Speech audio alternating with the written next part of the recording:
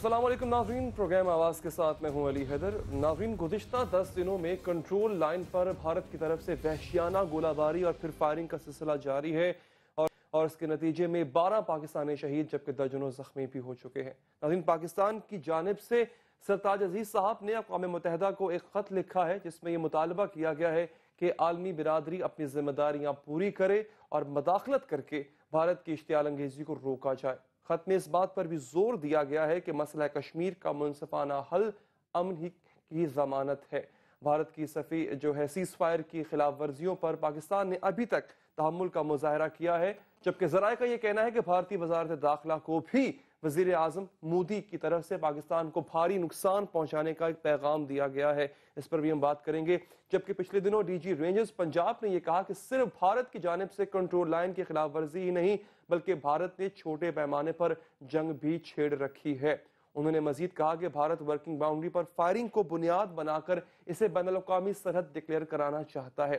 क्या भारत ने वाकई ही नाज़रीन पाकिस्तान के साथ जंग छेड़ रखी है या फिर इसकी वजूहात अस्करी से ज्यादा सियासी हैं? ये सब मौज़ूआत हैं जिन पर आज हम बात करेंगे। प्रोग्राम में हमारे साथ जो मैं आगे उनका भी आपको तारुफ करवाता चलूं, लेकिन इससे पहले हमें ज्वाइन किया है मुशीर ख्वाजा सरताज अजीज साहब ने, उनसे कुछ सवालात करने। सरताज अजीज साहब, एक तनकीद जो की जा रही है आप पर, पाकिस्तान गवर्नमेंट पर, कि जो रिस्पांस पाकिस्तान गवर्नमेंट का है, जितनी जारहियत जितना जारहाना में भारत का रवैया नजर आ रहा है, हम उतने ही माजरत खाना अंदाज से उसका जवाब दे रहे हैं। क्या कहेंगे इस पर आप? पहली बात तो ये है जी कि ये जो जवाब होता है ये सिर्फ गोलियों से नहीं दिया जाता, बैनुल-अक़वामी जवाब होता है, बैनुल-अक़वामी बिरादरी के हवाले से पॉलिटिकल जवाब होता है और फिर उसके बाद फील्ड में होता है। तो इसमें सबसे पहले जो है नवाज शरीफ साहब ने जनरल असम्बली में तहरीर की, उसमें इस मौक़िफ़ को पूरी तरह बयान किया कि कश्मीर का मसला पिछले 60 साल से अक़वाम मुत्तहिदा के एजेंडे पर है और अक़वाम मुत्तहिदा के सिक्योरिटी काउंसिल के रेजोल्यूशन ने कश्मीरी अवाम को ये वादा किया था और ये एश्योरेंस दी थी रेजोल्यूशन के जरिए कि आपको खुदरादियत और अपना हक राय दहिंदगी जो है वो इस्तेमाल किया गया है। वो वादा अभी तक पूरा नहीं हुआ और उसके बाद से 1971 के बाद शिमला एग्रीमेंट के बाद बायलैटरल प्रोसेस को शुरू किया गया और उसको कहा गया और इस 44 साल में उसका कोई नतीजा नहीं निकला। ठीक है, तो अब बैनुल-अक़वामी बिरादरी इसके लिए क्या करेगी? अपने वादे पूरे करे।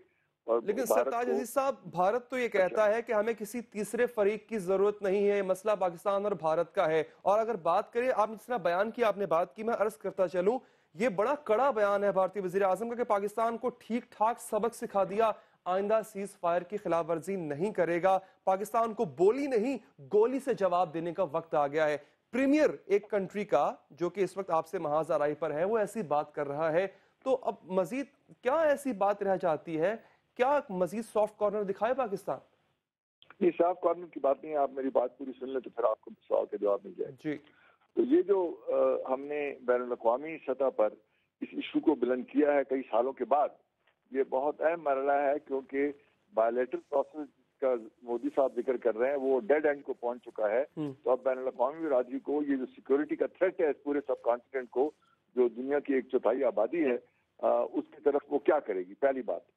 दूसरी बात यह कि जो मुकामी सतह पर सीज फायर लाइन की वायलेशन होती है उसका जवाब पाकिस्तानी फौज ने बड़ा कड़ा दिया है और वो आपने उसी की वजह से वहां पे हो रहा है।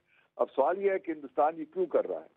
पहली बात तो यह है कि उन पे सारी दुनिया की तरफ से एतराज हो रहा था कि आपने डायलॉग क्यों सस्पेंड किया एक बिल्कुल फिल्म की ग्राउंड की वजह से। तो वो उस ग्राउंड को मजीद एक्सेंचुएट कर रहे थे या ज्यादा शदीद बना रहे थे कि जी वहां से गोलियां आ रही हैं तो हम कैसे डायलॉग शुरू करें, पहली बात तो ये। दूसरा, मकबूजा कश्मीर में इलेक्शन होने जा रहे हैं, उसके लिए भी वो बात कर रहे हैं।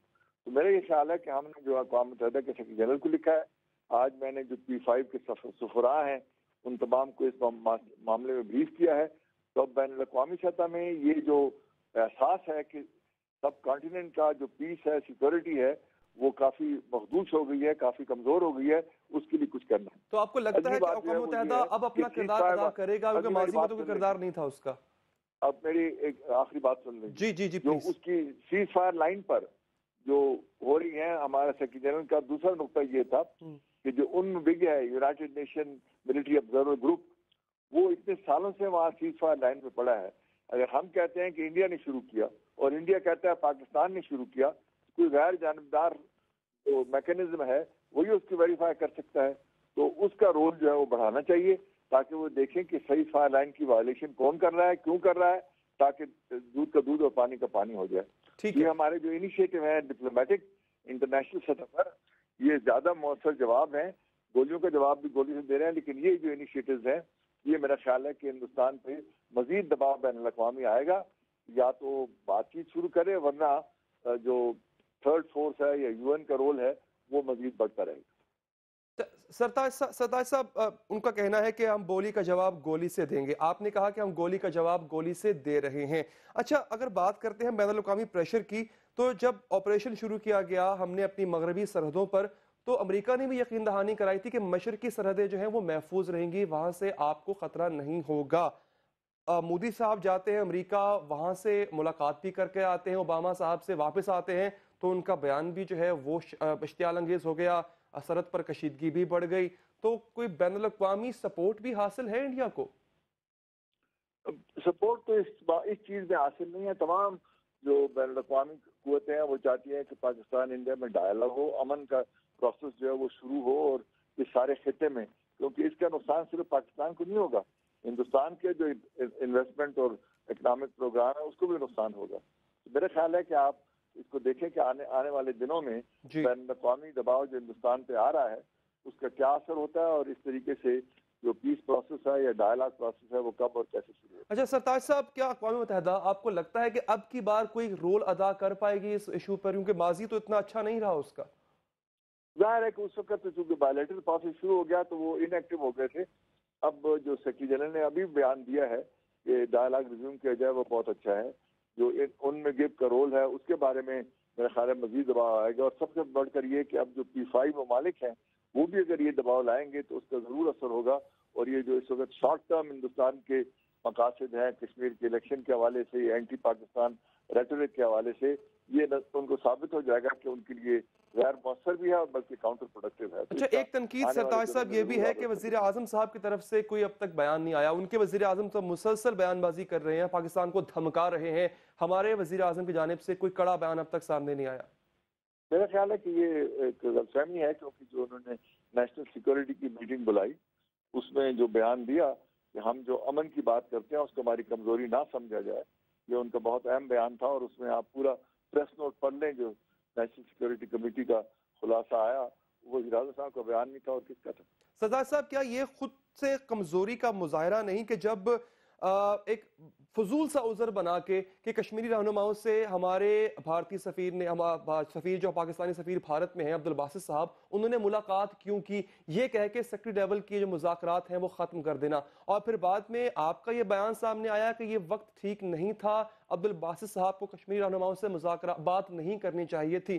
तो ये आपकी तरफ से कमजोरी का इजहार नहीं था क्या? नहीं, ये मेरा बयान आप गलत कोट कर रहे हैं। मैंने जो बात कही थी वो ये थी कि शायद इस पर्टिकुलर मुलाकात का टाइमिंग सही नहीं थी, लेकिन पाकिस्तान के लिए कश्मीरी लीडर से बातचीत करना वो बहुत जरूरी है। जब भी हम कश्मीर पे बात करेंगे कश्मीरी लीडर जरूर मिलेंगे। और इसका पस मंजर जो है वो ये है कि मोदी साहब ने अपनी तकरीर में जनरल असेंबली में कहा था कि हम बामकसद मुज़ाकरात के लिए हर इशू पर पाकिस्तान के लिए तैयार है। उसके बाद अगर हम ये और वो जाहिर है कि जब एक दफा उन्होंने एतराज किया था तो कहते हैं हम बात शुरू कर रहे हैं लेकिन आप कश्मीरी लीडर से ना मिले। तो मेरे बयान का बुनियादी मकसद ये था कि हम कश्मीरी लीडर से मिलने का हमारा हक है, और जब भी हम बात करेंगे कश्मीर पर कश्मीरी लीडर को जरूर कंसल्ट करेंगे, क्योंकि कश्मीर का वही हल काबिल कबूल होगा जो कश्मीरी अवाम को कबूल होगा। तो उनकी मशवरे के बगैर कोई हल जो है वो नहीं हो सकता। सरताज साहब, आखिरी सवाल आपसे, हक जो है ये असर्ट किया था। आखिरी सवाल आपसे, क्या आपको लगता है कि भारत ने छोटे पैमाने पर पाकिस्तान से जंग छेड़ दी है? जंग तो नहीं छेड़ी, टेंशन क्रिएट किए हैं, लेकिन उसका जो असर उनको चूंकि कोई नताज उनको नजर नहीं आते, क्योंकि जो मुकामी सतह पर बातचीत है वो आपको नजर आ रही है कि वहाँ पे कोई ऐसी बात नहीं है जिसमें हमें वो नीचे दिखा सकते हैं। हमने कड़ा जवाब दिया है और बैनुल-अक़वामी दबाव बढ़ रहा है, तो आप देख लेंगे कि इसके बाद जो डी एस्केलेशन मैं कह सकता हूँ उसका अमल शुरू हो सकता है। ठीक है, मुशीर बराए उमूर खारजा सरताज अजीज साहब, बहुत शुक्रिया। प्रोग्राम में वक्त दिया और अपनी राय से भी आगाह किया। चूँकि आपकी कही जो बात है वो यकीन तौर पर चूँकि आपके पास ओहदा ऐसा है वो बहुत अहमियत रखती है। हमारे नाज़रीन, हमारे जो मौजूद पैनल, हमारे मेहमान जो इस वक्त मौजूद हैं, साबिक सफ़ीर ज़फ़र हिलाली साहब, आपने हमें ज्वाइन किया। ज़फ़र साहब, बहुत शुक्रिया आपका। इसके साथ साथ एयर मार्शल रिटायर्ड शाहिद लतीफ़ साहब हमारे साथ मौजूद हैं, आपका भी बहुत शुक्रिया शाहिद लतीफ़ साहब। और हमें ज्वाइन किया है lieutenant general retired Amjad Shoaib साहब ने, आपका भी बहुत शुक्रिया अमजद साहब। सबसे पहले ज़फ़र साहब, मैं आपकी तरफ आता हूँ। आप क्या समझते हैं, आपने पूरी गुफ्तगू सुनी सरताज अजीज़ साहब की भी, आप क्या समझते हैं पाकिस्तान अब तक जिस तरह से रिस्पॉन्ड कर रहा है इस इश्तियाल अंगेज़ी को, भारतीय जारहियत को, वो रिस्पॉन्स हमारा ठीक है? देखिए, बड़ी अफसोस की बात है, मुझे पता नहीं क्यों सरताज अजीज़ साहब इतने अच्छे आदमी हैं, माहिर आदमी हैं, माहिर एक्सपीरियंस्ड आदमी हैं। अब वक्त आ गया है कि सच बोलें, अब वक्त नहीं आ गया है कि ये डबल स्पीक करें, अब वक्त नहीं आ गया है कि रियल सिचुएशन को छुपाएं। बोलें जो बात असल सल है।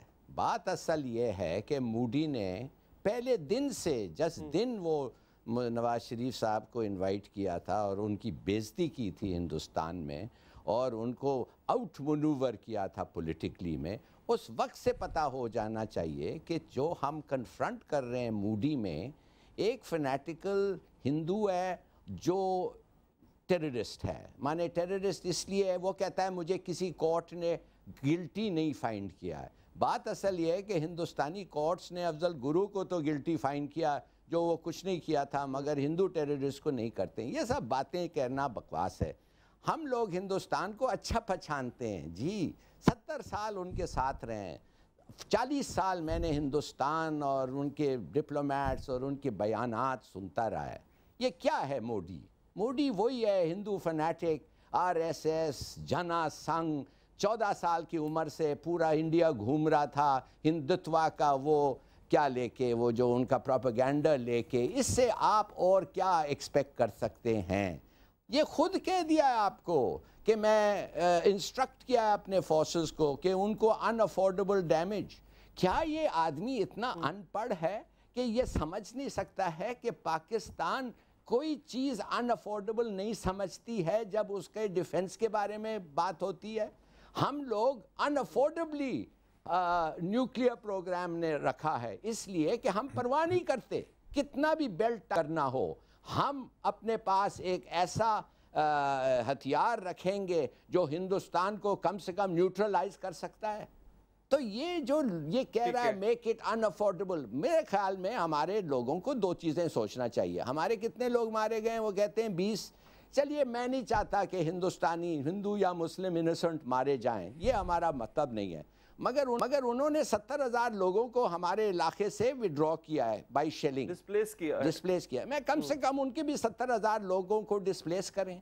अगर मामला एस्केलेट होता है तो चले। क्योंकि अब ब्रेक की तरफ जाएंगे, जब ब्रेक के बाद वापस आएंगे तो हमारे पास काफी वक्त होगा। आपका एक पॉइंट आ गया, मैं शाहिद लतीफ साहब की जाने बढ़ूंगा, फिर बात अमजद साहब भी। शाहिद साहब, आपको क्या लगता है, आपने गुफ्तगू भी सुनी सरताज अजीज साहब की, पीएम साहब का जिस तरह से ऑलिव ब्रांच एक्सटेंड करना, आगे बढ़ के हलफबरदारी की तकरीब में जाना, और जो फिर आगे से जवाब अब तक हमें मिल रहा है, हमारी पॉलिसी में क्या इस वक्त खामियां हैं और इंडियन पॉलिसी क्या है हमारे लिए? देखें जी, मैं समझता हूं कि ये पूरी जो सारी बातें हैं इन्हें हमें मद्देनजर रखना चाहिए। जो हम इस वक्त असेसमेंट करने की कोशिश कर रहे हैं, उस असेसमेंट से पहले मोदी साहब वो शख्सियत हैं कि जो पाकिस्तान दुश्मनी का चर्चा करते रहे पूरी अपनी इलेक्शन कैंपेन में। अब जो शख्स पाकिस्तान दुश्मनी की बिना पर वोट लेकर, वो ये पूरे हिंदुस्तान में और हमेशा इलेक्शन कैंपेन में होता है कि पाकिस्तान को टारगेट किया जाता है और उसकी बिना पर वोट लिए जाते हैं। वो पाकिस्तान में ऐसा नहीं है, हमारी इलेक्शन कैंपेन में इंडिया को टारगेट नहीं किया जाता, ये इंडिया में ऐसे होता है। तो अब जो शख्स उस बिना पर, पाकिस्तान दुश्मनी की बिना पर वोट लेकर आया है, तो उसे अपनी कौम के सामने ये साबित तो करना है। और ये भी बिल्कुल क्लियर है कि वहाँ अब कोई इंडिया वो जमहूरियत वाला और सेकुलरिज्म वाला इंडिया नहीं है। ये हिंदुत्व और आरएसएस के साथ जिस शख्स के कनेक्शन है वो क्लियर है कि वो एक इंतहा पसंद जमात है। लिहाजा ये तो हिंदू जमहूरियत और हिंदू कल्चर वाली हिंदुस्तान में बात होगी। मोदी साहब की बात नहीं है, उनको भारी मैंडेट देके इंडिया की आवाम ने अगर चूज किया है तो फिर आप इंडियन आवाम का सेंटिमेंट समझ जाए ना। तो इसीलिए मैं अगले पॉइंट पे आ रहा हूं ना जी, कि हमारे मुल्क में चर्चा क्या है। हमारे मुल्क में चर्चा ये है जी, बड़ी दोस्ती वहां पे हिंदुस्तान आपसे चाहता है। हमें बेवकूफ बनाया जाता है कि जी बड़ी दोस्ती और बड़ी खैर सगाली के जज्बात पाए जाते हैं। मैं उस पॉइंट की तरफ आ रहा हूं, इसीलिए मैंने आपको ये बैकग्राउंड दी। हमारे लीडर, हमारे कायदीन, हमारे सरबराह कब तक पाकिस्तानी लोगों को बेवकूफ बनाते रहेंगे? ये अमन की आशा का तमाशा ये कब तक आप चलाते रहेंगे? बिजनेस की बात होती है तो आउट ऑफ द वे जाके आप उनको कंसेशन देना चाहते हैं, MFN का स्टेटस देना चाहते हैं, दोस्ती के लिए यकतरफा ट्रैफिक चलाते हैं। दोस्ती बाहमी होती है, बाहमी इज्जत और एहतराम की बुनियाद पर होती है। आज जब वो इतनी बुरी तरह आपको ललकार रहे हैं तो हम ये कहते हैं कि जनाब हमें तो जवाब देने की जरूरत नहीं है, बस फौज जवाब दे रही है। सफारती मामलात कहां गए? आप दुनिया के सामने बोलने पे क्यों कतराते हैं उससे? आप जो जनरल असेंबली का सेशन था लास्ट ईयर, उसमें हिंदुस्तानी प्राइम मिनिस्टर ने खड़े होकर कहा कि पाकिस्तान दहशतगर्दी का एपिसेंटर है, क्रॉस बॉर्डर टेररिज्म में इन्वॉल्व है।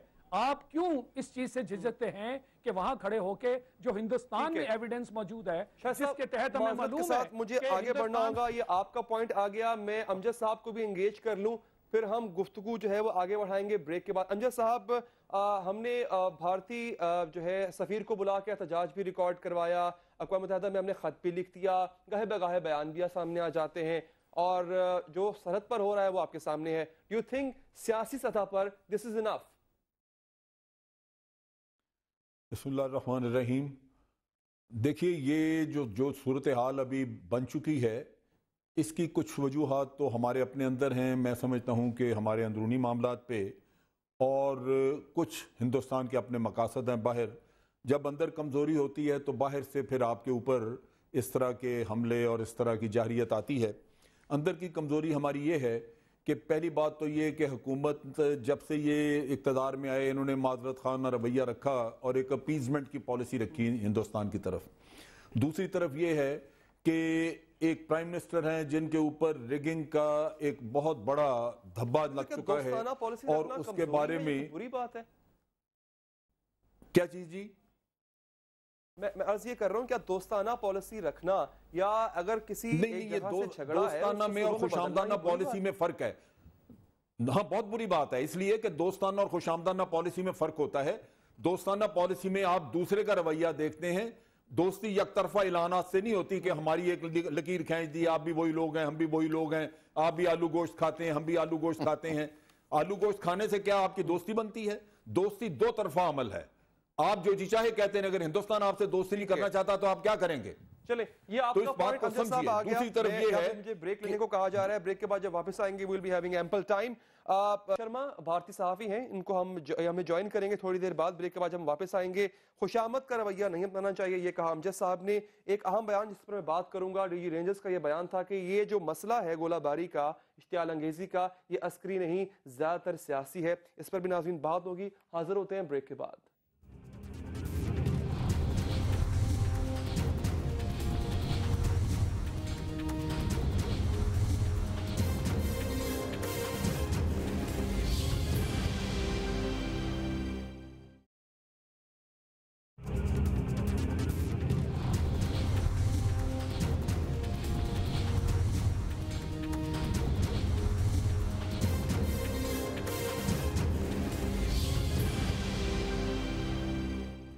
ब्रेक के बाद हाजिर है नाज़रीन। इससे पहले बात हो रही थी अमजद साहब से। अमजद साहब जरा क्विकली अपना जो है वो आंसर कंप्लीट कीजिएगा ताकि मैं दोबारा अपने दीगर मेहमानों की तरफ बढ़ूं। जी, मैं ये कह रहा था कि बाहर से एक दुश्मन जिसने के जाहिरियत का इरादा रखा, वो हमारे मुल्क के अंदरूनी हालात को कैसे देखता है। एक प्राइम मिनिस्टर हैं जिनके ऊपर रिगिंग का एक इल्जाम है, और अथॉरिटी उनकी पहले से रोड हुई नजर आती है और वो बाहर से देखने वाले को कमजोर नजर आते हैं। दूसरी तरफ एक पार्लियामेंट का जॉइंट सेशन बुलाया जाता है और हुकूमत मिल के पार्लियामेंट के साथ पूरा इल्जाम आर्मी के ऊपर धरती है और बार बार कहती है कि ये स्क्रिप्ट राइटर हैं। तो जब बाहर से देखने वाले को एक इतनी बड़ी खलीज नजर आए हुकूमत पाकिस्तान और अफवाज पाकिस्तान के दरमियान, तो लाजमन उसको टेम्पटेशन होती है कि उन्हें कुछ कर गुजरना चाहिए। जो दुश्मन समझदार है वो आपकी कमजोरी का फौरन फायदा उठाना चाहता है। तीसरी बात यह है कि आपकी अफवाज जो हैं वो ज़रबे अज़्द का ऑपरेशन लड़ रही हैं। हिंदुस्तान की एक स्ट्रेटजी थी कि गुफ्तो शनीद कश्मीर के ऊपर इतनी तूल दिया जाए उसको कि बहुत सारा टाइम हम बाई कर सकें, और पाकिस्तान को अफगानिस्तान के रास्ते कमजोर किया जाए। अब उनको उस प्लान में कुछ कमजोरी नजर आती है, वो प्लान फेल होती हुई नजर आ रही है, क्योंकि दहशतगर्द जो है वो ज़रबे के नतीजे में वो भाग रहे हैं वहां से, और उनके अब ठिकाने, उनको पांव रखने के ठिकाने वहां नहीं मिल रहे हैं, जिसकी वजह से हिंदुस्तान को वहां से कार्रवाइयां करने में दिक्कत होगी। और वो दहशतगर्दों के ऊपर प्रेशर कम करने के लिए कि अफवाज पाकिस्तान का प्रेशर कम हो, वो दूसरे महाज खोलना चाहता है। जब तक समझ पाया हूं आपकी बात से, वो ये कि चूंकि हमारे प्राइम मिनिस्टर वीक हैं, इस वजह से भारत को ये मौका मिल रहा है ऐसी जफर साहब, आप जरा इस बात को सुनिएगा। वो वीक भी हैं और अफवाज पाकिस्तान के और हुकूमत के दरमियान एक खरीज खड़ी की गई है। ये जानबूझ के पार्लियामेंट में ये जो तमाशा लगा रहा है इतने दिन, और उसमें यही बात होती रही कि स्क्रिप्ट राइटर कौन है, और स्क्रिप्ट राइटर का हमें पता है। आप क्या समझते हैं कि दूसरी साइड ये समझती नहीं है कि कौन है वो? तो ये जब इल्जाम तराशी होती है तो अफवाज पाकिस्तान और हुकूमत पर एक पेज पे नहीं है, उनके दरमियान एक खलीज है। कौन है जो ये खलीज पैदा कर रहा है? कौन है जो कमजोर कर रहा है इन इदारों को? ये आपकी पार्लियामेंट ने रट लगाई, आपकी पार्लियामेंट ने रट लगाई। जब आप खुद ये तमाशा दिखाते हैं, आप खुद ये राग लाते हैं पूरा दिन और रात, तो लाजमी बात है कि बाहर से देखने वाला तो बात समझता है। मैं अब जफर साहब मैंने आपसे यही सवाल पूछा था जो बात अमजद साहब इस वक्त कर रहे हैं। खलीज है आर्मी और हुकूमत में, प्राइम मिनिस्टर अंदरूनी तौर पर मुल्क के अंदर कमजोर हो चुके हैं, ये वजह है कि हमसाया मुल्क को जरूरत हुई। बिल्कुल, दो चीज़ें तो बिल्कुल सही है। खलीज है और रिफ्लेक्ट कर किया जा रहा है, आप लोग खुद रिफ्लेक्ट कर रहे हैं, प्रिंट प्रेस भी रिफ्लेक्ट कर रही है, और लीडरशिप जो है उसकी तो मॉरल अथॉरिटी पाकिस्तान को लीड करने के लिए वो ख़त्म हो गई है। माने कि आप खुद देख रहे हैं किस किस्म के क्राउड्स गैदर हो रहे हैं ऑपोजिशन के धरने और जलसों में, तो ये साहब जो हैं इनका क्या मॉरल अथॉरिटी रह गया है। दूसरी बात, तीसरी बात, फिर भी मैं समझता हूँ कि वो जो फैक्टर्स ज़रूर हैं जो हिंदुस्तान को प्रॉम्प्ट करते हैं कि इस वक्त वो एक्शन लें, मगर मेरे ख़्याल में हम लोगों को समझना चाहिए कि मूडी जो है, जो आदमी आया है, ये अनपढ़ फैनेटिक और सूडो पूरा टेररिस्ट, ये जो है ये देख रहा है कि कितना एडवांटेज वो गेन कर सकता है। देखिए आरएसएस और जना संघ ने क्या दिया है हिंदुस्तान को। मूडी ने तो गुजरात को भी प्रॉस्पेरिटी नहीं दी है। आप लोग कहते हैं कि मूडी बड़ा डेवलपमेंट आदमी है, कॉर्पोरेट इंडिया उसके पीछे हुई है, उसकी रेटिंग देखें गुजरात की इंडियन स्टेट्स में नंबर 8 है। ये कोई ऐसी बात नहीं है। बात असल ये है कि मूडी जो है वो समझता है कि ये पॉलिटिकली, देखिए जी, जो बुली होता है ना, जिस आदमी एक स्टेट का चीफ मिनिस्टर रह के 2000 मुसलमान कत्ल हो सकते हैं, मारे जा सकते हैं, इनोसेंट, अनआर्म्ड, डिफेंसलेस, उसके चीफ मिनिस्टरशिप में वो आदमी जो है उससे हमें दूर नहीं देखना चाहिए कि वो किस किस्म का आदमी है। वो है जो है, हमें पता है, और अमेरिकनों को भी पता है। कहने का मकसद जफर साहब ये है कि you can't expect something good from the person जिसको आप अभी तक आपने जिसको पोर्ट्रे किया, जिस तरह के मोदी साहब की शख्सियत को आपने पोर्ट्रे किया। शाहिद साहब, मियां साहब तो जाते हैं इंडिया अब दोस्ती का हाथ बढ़ाने, खैर सगाली का जज्बा लेकर, लेकिन एक बाद में जो कॉन्स्पिरेसी थ्योरी पैदा हुई, जन्म जिसने लिया, वो ये थी कि जी हमारी एस्टैब्लिशमेंट नहीं चाहती है कि इस तरह से पीस प्रोसेस को आगे बढ़ाया जाए जिस तरह मियां साहब चाहते हैं। तो यहां पर भी एक खलीज सामने आया। तो जो हुकूमत की सोच है वो मुख्तलिफ है, एस्टैब्लिशमेंट की सोच, हमारी फौज की सोच वो मुख्तलिफ है। यही वजह है कि सूरत हाल यहां तक पहुंची। देखिए जी, खलीज की तो एक बात है, जो वाकयात होते हैं हमें देखना यह है कि उसके नताइज क्या हैं, और नताइज की बुनियाद पर हमें ये देखना चाहिए कि क्या वो वाकयात में हकीकत है या उसमें हकीकत का रूप नहीं है। अब जैसे आपने बात की कि अगर ये कहा जाता है कि जी इस्टेब्लिशमेंट नहीं चाहती थी कि वो वहाँ जाएं और उनकी जो सेरेमनी है उसमें पार्टिसिपेट करें, इसके बावजूद कि आपको याद होगा कि जब नवाज शरीफ साहब हुकूमत में आए तो उन्होंने भी बड़ी भरपूर दावत दी थी, और यहाँ बाकायदा अनाउंस कर दिया गया था कि मनमोहन सिंह साहब आएंगे और इनकी सेरेमनी में शिरकत करेंगे। वो तो नहीं हुआ। तो फिर एक तो आप खुद सोचिए कि जब आपके यहाँ ऐसा नहीं होता उस तरफ से, यही वो बात है जिसको हम कहते हैं कि ये आपकी कमजोरियां हैं। आप क्यों इतने बिछे चले जाते हैं? नाराज थी क्या शाहिद साहब इस बात पे, मियां साहब के जाने पे? नहीं, देखिए ना, देखिए ये जो इस तरह की बातें जो हैं और इस तरह की जो कॉन्स्पिरेसी थ्योरीज हैं वो हम खुद फैलाते हैं। अभी जैसे थोड़ी देर पहले बात हुई, इसके ऊपर तो एस्टैब्लिशमेंट का कोई किसी किस्म की बात साबित नहीं हुई, मगर एक तो बात है, जब आप अभी थोड़ी देर पहले हम बात कर रहे थे, इसी तरह जो आप यकतरफा दोस्ती का हाथ बढ़ाते हैं, नतीजा क्या होता है कि उधर से किस तरह के नारे लगते हैं। जब आप यकतरफा तिजारत और इसी तरह इन्वेस्टमेंट की बात करते हैं, वहां से क्या जवाब आता है? बिल्कुल इसी तरह जारियत का जवाब आता है। तो मैं ये कह रहा हूं कि यहाँ से और वहां से हमें जो है वो वही आम गोले की सूरत में मिलते हैं वापस।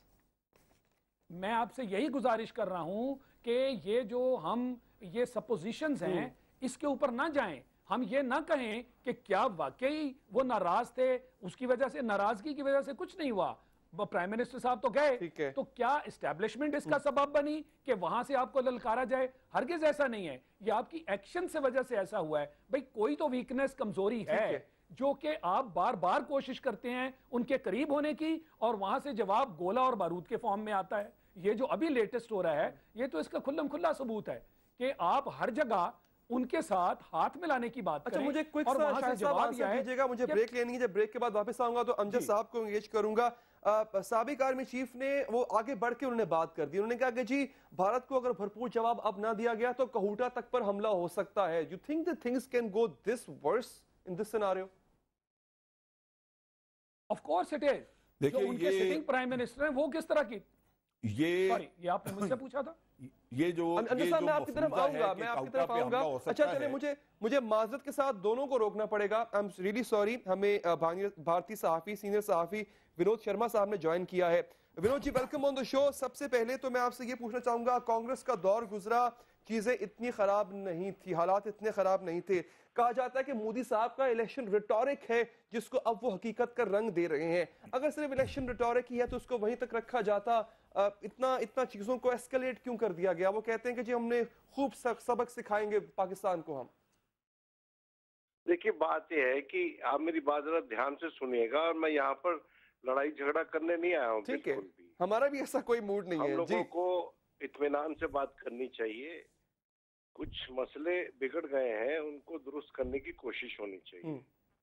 मैं आपको ये बताना चाहता हूँ कि बहुत से लोगों ने बयान दिए है हमारी तरफ, और आपकी तरफ से भी काफी बयान आए हैं, लेकिन जो हमारे वजीर आजम हैं उनके बयान नपे तुले थे वक्त के हिसाब से। अच्छा, ये हो सकता है कि आपको बुरे लग रहे हों, लेकिन मैं समझता हूँ कि बदकिस्मती ये है कि हम दोनों मुल्कों के जो लीडरान हैं वो आपस में मिले नहीं, और उसके चलते ये कंफ्यूजन और ये मिसअंडरस्टैंडिंग पैदा हो रही है जी। और इसको दूर और दुरुस्त करना बहुत जरूरी है, क्योंकि हम दोनों मुल्क ऐसे मरहले पे हैं जहां पर हम एक दूसरे से जंग नहीं करना चाहते, और करेंगे भी नहीं, और खुदा ना करे और ईश्वर ना करे कि जंग ना हो। ठीक है, अच्छी बात है, ऐसा नहीं होना चाहिए। मैं आपको एक छोटी सी बात बताना चाहता हूँ कि मैं उन लोगों में से हूँ जो ये चाहता है कि कम से कम जो हम और आप सहाफी लोग हैं, मीडिया वाले लोग हैं, हम अपनी जाती शोहरत को छोड़कर अपने दोनों के मुल्कों के अवाम के मफाद में सोचें। बिल्कुल अच्छी बात है, ऐसा होना चाहिए। हम लोग रोज बिला लागा रात को छोटे छोटे वॉर थिएटर्स अपने अपने टेलीविजन स्टूडियोज में क्रिएट करते हैं। उसका कोई मतलब नहीं है, क्योंकि जिस मुद्दों पे हम बहस करते हैं उस मुद्दों पे हमारे पास इंफॉर्मेशन नहीं है, ना आपके पास ना मेरे पास। ठीक है। और बहुत तेरे लोग जो आपके पैनल पे बैठे होंगे, और बहुत तेरे लोग जो इस तरफ बॉर्डर के इस तरफ पैनल्स में बैठते हैं और एक दूसरे के साथ छीटाकशी करते हैं, उनके पास इंफॉर्मेशन नहीं है। नहीं विनोद साहब, वो सब वेटरन लोग होते हैं। अब देखिए शाहिद लतीफ साहब हैं, वो एयर मार्शल रह चुके हैं, जफर हिलाली साहब हैं, वो सफीर रह चुके हैं। तो नहीं। अच्छा ठीक है, समझिए ना मेरी बात। मैं उनकी इज्जत करता हूँ, ठीक है, मैं उनसे कभी मिला नहीं हूँ, और बहुत माजरत से, बहुत इज्जत से मैं कहना चाहता हूँ कि मैंने ये देखा है कि जो लोग आज होल्ड नहीं कर रहे हैं, उनके पास सारा विजडम होता है, और जब वो पोजीशंस होल्ड कर रहे होते हैं उस वक्त उनके पास विजडम नहीं होता। लेकिन ठीक है, मुझे एक ब्रेक लेनी है विनोद साहब, लेकिन मसला ये ना कि मैं सर्विंग आर्मी चीफ को तो नहीं बिठा सकता ना अपने इंटरव्यू में, ना ही भारत की जानिब से सर्विंग आर्मी चीफ या सर्विंग फौजी जो है वो बैठ सकता है इस पर बात करने के लिए। डेफिनेटली जो रिटायर्ड लोग हैं, सर्विस छोड़ चुके हैं, उन्हीं से हम बात करेंगे ना। लेकिन जंग का ऐलान ना करें, हमारे यहाँ भी करते हैं, आपके यहाँ भी लोग करते हैं। ठीक है, अच्छा मुझे एक ब्रेक लेनी है विनोद साहब, माजरत के साथ कथा कलामी कर रहा हूं, मुझे एक ब्रेक लेने का कहा जा रहा है। ब्रेक के बाद वापस आएंगे, आप इससे गुफ्तगू करूंगा, दीगर जो हमारे मेहमान हैं उनको एंगेज करूंगा। नाज़रीन, टेक अ ब्रेक।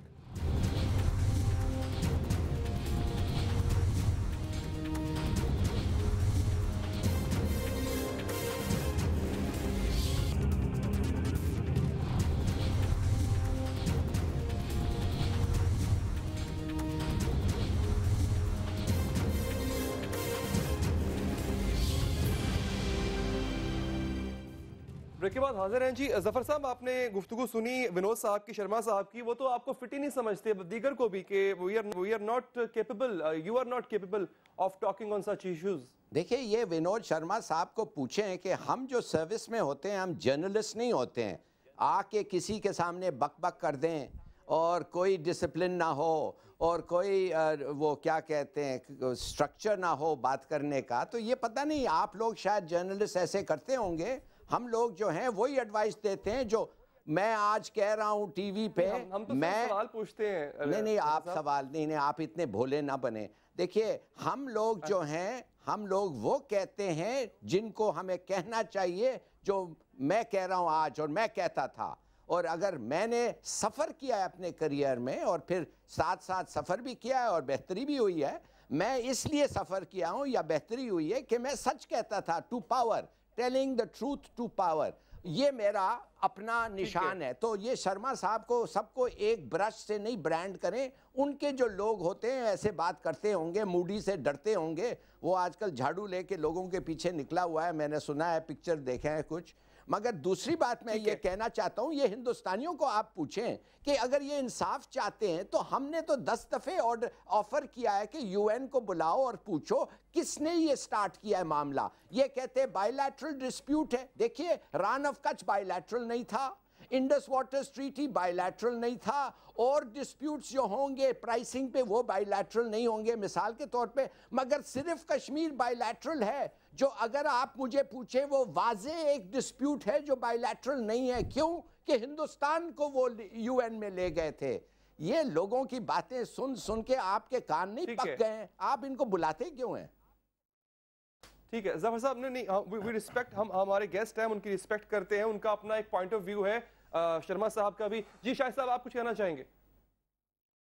जी, मैं ये कहना चाहूँगा, ये बिल्कुल जो हिलाली साहब ने बात की, ये विनोद शर्मा साहब जो थे उन्होंने 2 नुक्ते उठाए। एक तो उन्होंने ये कहा जी कि जंग की बात जो है हम दोनों कर रहे हैं। मुझे इससे मुकम्मल तौर पर इख्तलाफ है। जंग की बात हम दोनों नहीं करते। जंग की बातें और इस तरह के जो जारहाना बयानात और एक्शन जो हैं, ये तो हिंदुस्तान से शुरू होती हैं। और जब हम कहते हैं कि मुश्तरका टीम बना के इसकी इन्वेस्टिगेशन कर ले, उनको कबूल नहीं है। हम कहते हैं गैर जानिबदाराना कोई टीम बना ले, वो भी उसको कबूल नहीं है। तो लिहाजा दुनिया की आंखों में धूल झोंकना ये पाकिस्तान नहीं कर रहा, ये बाकायदा इंडिया कर रहा है। तो यहाँ पे आके इस तरह बैठ जाना और तबसरा कर देना कि जनाब हम दोनों कर रहे हैं, लिहाजा हम दोनों को एहतियात करना चाहिए, ये गड़बड़ ना करें, इन चीज़ों को गड़बड़ ना करें। जो गलत कर रहा है उसको गलत कहें, तब हम आगे बढ़ेंगे। दूसरा ये कहना कि ये जी जो यूनिफॉर्म में लोग होते हैं, ये इनको रिटायर होने के बाद विजडम आता है, I am sorry, I take an offence to this statement. हम जब यूनिफॉर्म में होते हैं, उनको हमारे मैकेनिज्म का नहीं पता। हम अपने अंदरूने खाना जो हमारी बहस होती है उसके अंदर अपना पॉइंट ऑफ व्यू देते हैं, जो कि बाहर नहीं निकलता। आज हम जब रिटायर्ड हैं तो हमें ये इजाजत है, हम बाहर बैठ के खुल्लम खुल्ला बात करते हैं, हम सच बोलते हैं। ठीक है, आगे बढ़ते हैं। सच बोल रहे थे, आज भी सच बोल रहे हैं। अमजद शाह साहब, आप क्लोजिंग रिमार्क्स काइंडली दीजिएगा। देखिए, अमन की बातें करना अच्छा तो बहुत लगता है, अमन हर किसी की रिक्वायरमेंट है, उनकी भी, हिंदुस्तान की भी, हमारी भी। लेकिन बात यह है कि मुंह में अमन का राग अलाप के और बाहर आप जो अमल करते हैं ना, आप गुफ्तगू करना चाहते हैं, बायलैटरल अपने सब्जेक्ट्स रखा हुआ है, तो तब भी बात नहीं होती। कोई ना कोई बहाना लेके तो आप उसको ख़त्म कर देते हैं। पीछे आप 5-6 साल बहाना रहा कि जी जब तक बॉम्बे वाले वाक़े पे कोई आगे नहीं बढ़ेंगे तो हम बात नहीं करेंगे।